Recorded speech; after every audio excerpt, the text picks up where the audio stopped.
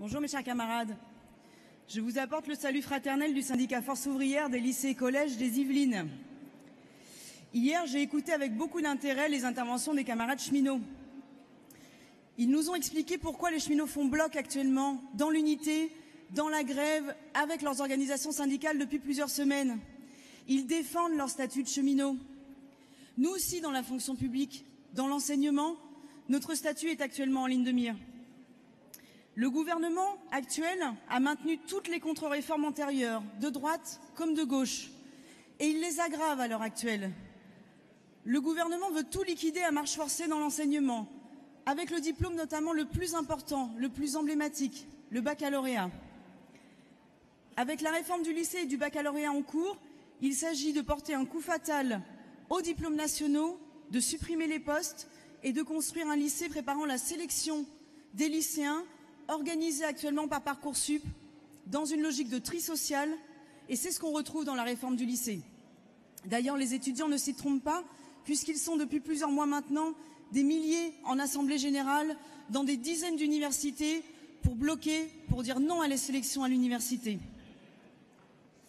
Cette réforme qui instaure la concurrence entre les personnels, entre les disciplines, dont certaines sont fusionnées en enseignement, et les mots ont leur sens, obéit à une logique de l'offre, supprime des heures disciplinaires, les dédoublements, consacre l'autonomie des établissements comme nouvelle règle de fonctionnement dans l'éducation nationale. Avant la grève du 22 mars, mais aussi après la réussite de cette grève et cette mobilisation dans toute la fonction publique, d'État, hospitalière, territoriale, nous avons impulsé, avec notre fédération, avec notre syndicat national, l'organisation de réunions syndicales et d'assemblées générales dans les collèges et les lycées de notre département. On a réuni les collègues, on leur a posé la question pour savoir ce qu'ils pensaient de la situation. Et la chose qui revient le plus souvent, c'est qu'ils sont saisis par l'ampleur des attaques, par ce qui se passe. Bien sûr qu'on est saisis par ce qui se passe. Le bac, c'est la colonne vertébrale de l'éducation nationale. En lieu et place, on nous demande maintenant quoi? On nous demande d'organiser localement, établissement par établissement, nos missions, les examens et les épreuves du bac. C'est la même logique déjà mise en œuvre par le gouvernement précédent avec la réforme du collège et déjà à marche forcée. C'est la même logique que la loi travail que nous avons combattue pendant des journées et des journées de grève et dont nous exigeons toujours l'abrogation. Dans cette situation, plus que jamais, nous avons véritablement besoin d'indépendance syndicale. Tout est attaqué, tout doit être liquidé. Beaucoup de camarades l'ont déjà dit avant moi.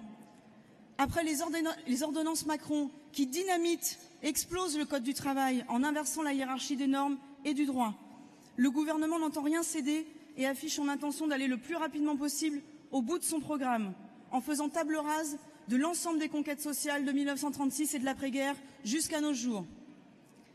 Les conventions collectives, la protection sociale, les services publics, les statuts de la fonction publique, le paritarisme, le baccalauréat, les diplômes, les lycées professionnels, l'école publique et l'université, et bientôt les régimes de retraite. Tout devrait y passer, mes camarades. Face à ça, l'existence de toutes ces conquêtes sociales est menacée et par conséquent, l'existence de nous-mêmes, des syndicats indépendants. C'est en toute logique qui est prévue dans la feuille de route du gouvernemental l'intégration des organisations syndicales avec la réduction des droits syndicaux. Et ça a déjà été évoqué avant moi. Maintenant, la question centrale que tout le monde se pose et que les collègues se posent dans les heures d'info syndicales et dans les assemblées générales, c'est comment on fait? Comment on fait pour y arriver? Comment on fait pour bloquer cette politique? C'est cette question que tout le monde se pose actuellement. La première réponse, à mon sens, c'est partout, dans l'interpro, de soutenir la grève des cheminots. Comme tous les salariés, les enseignants sont très attentifs à ce qui se passe chez les étudiants, mais aussi chez les cheminots. Nous l'avons dit dans notre syndicat, nous avons soutenu les cheminots dans une motion. Comme citoyens, comme usagers, nous sommes tous partie prenante de leurs revendications car nous avons besoin du service public républicain et tous les arguments du gouvernement ne sont que des mensonges et des manipulations pour diviser les salariés entre eux. Comme fonctionnaires avec les salariés de la SNCF, nous savons que la défense du statut des cheminots, c'est la défense de tous les statuts, de toutes les conventions collectives, de tous les services publics, tous mis en cause à l'école, dans les universités, à l'hôpital.